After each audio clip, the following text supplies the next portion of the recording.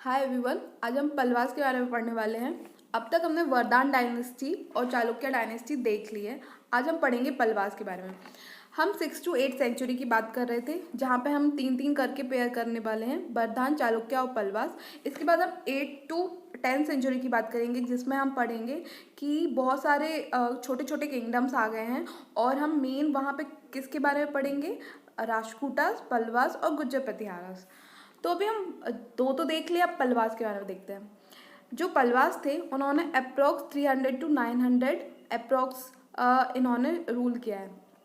लेकिन जो स्टार्टिंग का फेस है वहाँ पे क्लैरिटी नहीं है कि कौन इसके फाउंडर थे, कौन राजा थे। अराउंड 300 to 500 AD इनका ज़्यादा वो पीक पे नहीं थे। तो सिम्हा विष्णु जो फर्स्ट नोन रूलर थे पलवास डायनेस्टी के, इन्होंने क्या किया, इनका कॉन्फ्लिक्ट चल रहा था पांड्यास के साथ और इन्होंने एक्सपांशन किया। बेसिकली यहाँ पे जो पलवास है इसके नीचे है पांड्यास और यहीं पे है कालावारास। ठीक है, तो इन्होंने कालावारास को तो एंड ही कर दिया था और नीचे पांड्यास को क्या किया था, पांड्यास के साथ इनका कॉन्फ्लिक्ट चल रहा था। तो अब तक हमने क्या देखा कि हमें 300 से 900 के बीच में पलवास का रूल रहा और हमें स्टार्टिंग के जो रूलर्स थे, फाउंडर्स थे, उनके बारे में नहीं पता है। उनके बारे में जो फर्स्ट नोन रूलर है वो कौन है, सिम्हा विष्णु। ठीक है, इनने क्या किया, एक्सपांशन किया। इनका नीचे पांड्यास के साथ और कालापारस के साथ कॉन्फ्लिक्ट था, तो इन्होंने उनको ख़त्म कर दिया और कॉन्फ्लिक्ट पांड्यास के साथ अभी भी चल रहा था। और पलवास की कैपिटल क्या है, कांचीपुरम। पलवास की कैपिटल क्या है, कांचीपुरम। महेंद्र वर्मन इसके सेकंड नेक्स्ट रूलर है।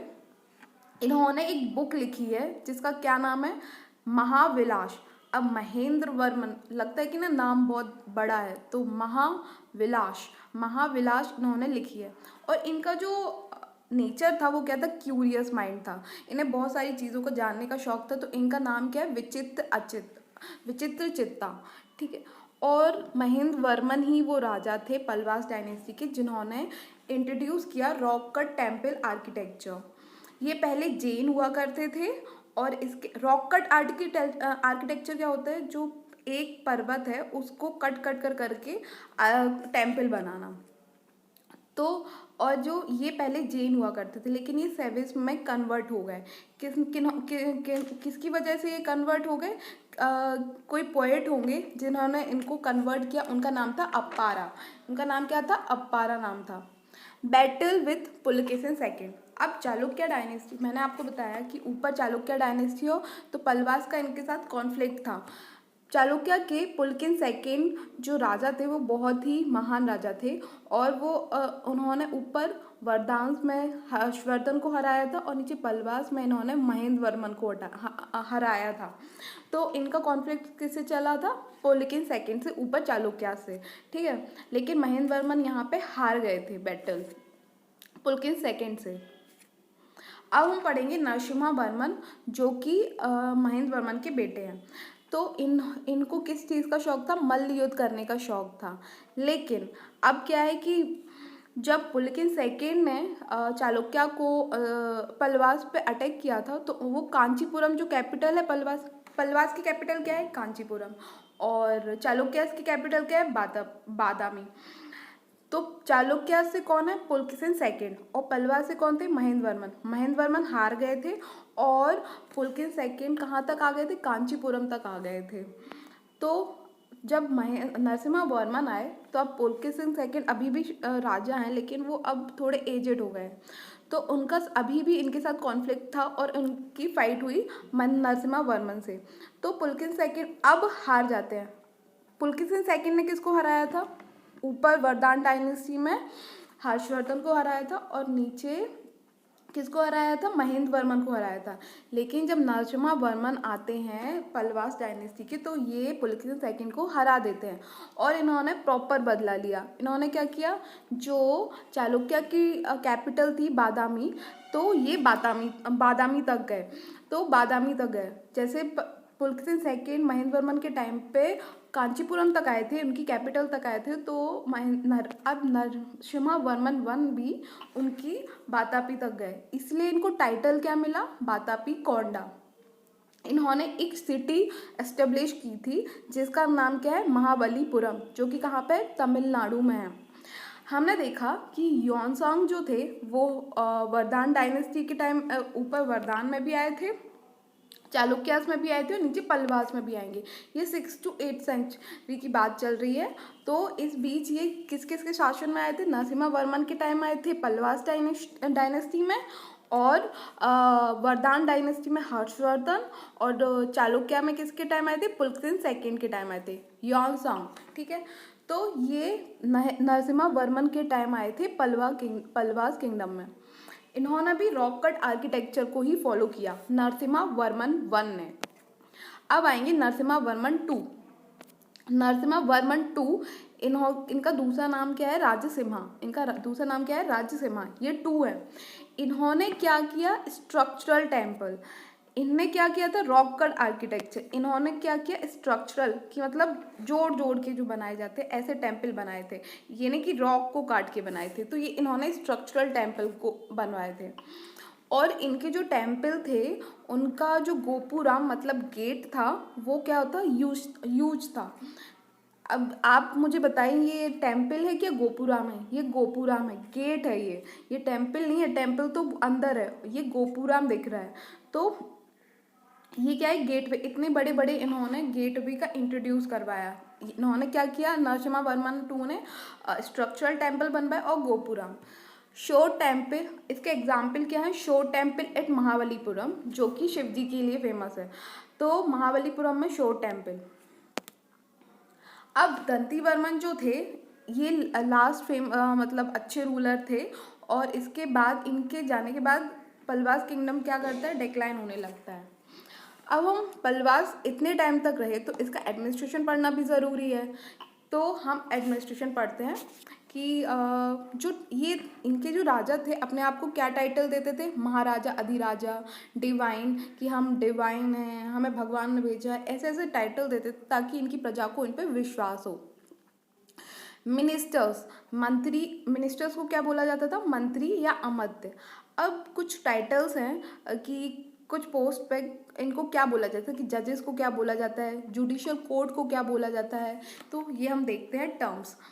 एक कप्पन, कप्पन कौन थे, इंचार्ज ऑफ ट्रेजरी, जो कोष होता है उसको, जो धन को मतलब संभालने वाला डिपार्टमेंट, उनको क्या बोला जाता है, मनिका पंडाराम, मनिका पंडाराम। अब जुडिशियल कोर्ट है और साथ में जजेस, जुडिशियल कोर्ट है तो जजेस भी होंगे। तो जुडिशियल कोर्ट को क्या बोला जा रहा है, जुडिशियल कोर्ट को बोला जा रहा है अधिकरण मंडप, अधिकरण मंडप। वहीं जजेस को क्या बोला जा रहा है, धर्म अधिकरण, धर्म अधिकरण। जुडिशियल कोर्ट है तो जजेस भी होंगे, अधिकरण मंडप और धर्म अधिकरण। अब फाइन लगे, अगर इनने कुछ इनको पनिश करना है और इन पे फाइन लगेगा तो इनको क्या बोलेंगे, कर्ण दंडप, कर्ण दंडप। अब पल्लवास जो थे इनको पैट्रनाइज ब्राह्मण, ये क्या करते थे, ब्राह्मण्स को बहुत मानते थे। तो इन्होंने ब्राह्मण्स को क्या की, लैंड ग्रांट की, और जिसको हम क्या बोल रहे हैं, ब्रह्मदेया। ब्राह्मण्स को जब लैंड देते थे तो उसको हम बोल रहे हैं ब्रह्मदेया। और जब टेम्पल बनाने के लिए लैंड ग्रांट होती थी तो उसको हम क्या बोल रहे हैं, देवधन, देवधन। पल्लवास ब्राह्मण्स को मानते थे और वो ब्राह्मण्स को क्या कर रहे हैं, लैंड ग्रांट कर रहे हैं, जिसको हम क्या बोल रहे हैं, ब्रह्मदेया, और land grant to temple Devdhan. एक उत्तर मेरू इंस्क्रिप्शन है। अब देखो पल्लवास के बाद कौन आएंगे, चोलास आएंगे नीचे। तो जब पल्लवास खत्म हुए और चोला शुरू हुए तो एक उत्तर मेरू इंस्क्रिप्शन है जो दोनों के बारे में बताता है। ये विलेज लेवल का जो एडमिनिस्ट्रेशन है उसके बारे में बता रहा है। तो जब चोलास पढ़ेंगे हम तब भी उत्तर मेरू इंस्क्रिप्शन के बारे में डिस्कस करेंगे, और अभी भी हम अभी ये पल्लवास के बारे में पढ़ेंगे। पल्लवास का ये बताता है कि जो पल्लवास का एडमिनिस्ट्रेशन था वो डिसेंट्रलाइज था, और यहाँ पे असेंबली होती थी। अब दो तरह की असेंबली होती थी, एक ब्राह्मण्स की असेंबली होती थी और दूसरी अदर कास्ट की असेंबली होती थी, जैसे कि जिसमें सिर्फ ब्राह्मण्स नहीं होते थे और सारे अदर कास्ट के मेंबर्स होते थे। तो ऐसा गांव जो अब लैंड ग्रांट की, देखो किंग जो है पल्लवास के वो पैट्रनाइज कर रहे हैं किसको, ब्राह्मण्स को, ठीक है। तो और वो क्या कर रहे हैं, लैंड ग्रांट कर रहे हैं। क्या दे रहे हैं, लैंड दे रहे हैं। अब वो लैंड देंगे तो उसमें ब्राह्मण्स रहेंगे, तो ऐसे ऐसे कर करके क्या बन गया, ब्राह्मण्स का एक विलेज बन गया।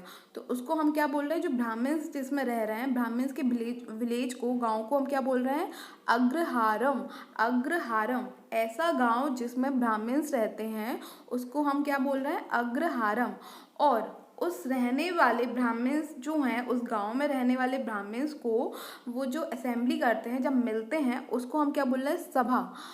वैसे ही जब अदर कास्ट के लोग को जो गांव हैं वो जब मिलते हैं तो उस असेंबली को हम क्या बोल रहे हैं, उर। उर। तो सभा में ब्राह्मण्स की असेंबली है और उर में इसमें ब्राह्मण्स नहीं है और बाकी सभी लोग हैं। ये हमें उत्तर मेरू इंस्क्रिप्शन बताता है विलेज लेवल के एडमिनिस्ट्रेशन के बारे में। अब सोर्सेस ऑफ टैक्स की, जो पलवास थे वो टैक्स कहाँ से कलेक्ट करते हैं। एक है इरी पट्टी, ये क्वेश्चन आ भी चुका है। तो ये क्या है, जिस पे एक लैंड जिस पे वाटर टैंक बनाया जाता है और फिर उससे टैक्स वसूला जाता है, ठीक है।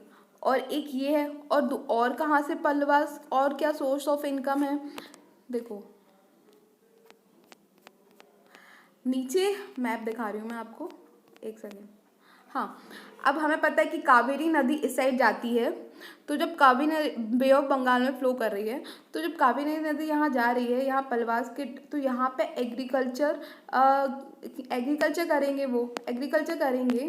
तो हाँ, जो भी प्रोड्यूस करेंगे, वहाँ के जो लोग हैं और नदियों के पास जो रह रहे हैं वो खेती कर रहे हैं, तो एग्रीकल्चर कर रहे हैं, तो उसका जो 1/6 ऑफ एवरेज जो भी वो प्रोड्यूस कर रहे हैं, जो भी वो लगा रहे हैं, उसका 1/6 वो किसको देंगे, वो राजा को देंगे। चाहे वो जितना भी प्रोड्यूस करेंगे उसका 1/6 वो राजा को। तो एक यहाँ से सोर्स ऑफ इनकम, एक है लूट, प्लंडरिंग, चोरी नहीं है ये, प्लंडरिंग है, लूटना। एक ऐसे भी इनके यहाँ सोर्स ऑफ इनकम है। और दूसरा पलवास कहाँ पे, कोस्टल एरियाज में है, तो ये ट्रेड भी कर रहे हैं। अब एक कुछ और टर्म्स भी हैं जो हमें पलवास एडमिनिस्ट्रेशन से रिलेटेड है, जैसे कि एसोसिएशन ऑफ एनी प्रोफेशन। अगर हम जनरली बोलें कि किसी भी प्रोफेशन के लोग अगर एसोसिएशन कर रहे हैं तो उसको हम क्या बोल रहे हैं, गिल्ड या शेरनी। वहीं जब पर्टिकुलरली हम मर्चेंट्स या ट्रेडर्स की बात करते हैं और उनका एसोसिएशन होता है तो हम उसको क्या बोल रहे हैं, मनी ग्रामम।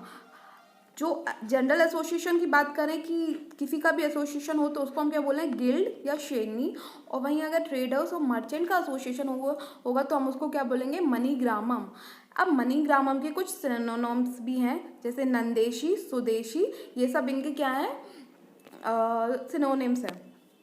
हेड ऑफ गिल्ड, अब जो ये गिल्ड हैं इनके कोई हेड भी होंगे, उनको क्या बोला जा रहा है, पट्टन स्वामी। पट्टन स्वामी इनके गिल्ड को बोला जा रहा है। That's all for today. आज हमने पलवास के पॉलिटिकल एडमिनिस्ट्रेशन के बारे में पढ़ा है। आर्ट एंड कल्चर का हम पूरे सारे डायनेस्टीज़ का आर्ट एंड कल्चर हम सेपरेट जब आर्ट एंड कल्चर का कोर्स लाऊंगी उसमें देखेंगे। अभी सिर्फ हम एडमिनिस्ट्रेशन देख रहे हैं और पॉलिटिकल सिस्टम देख रहे हैं। Thank you.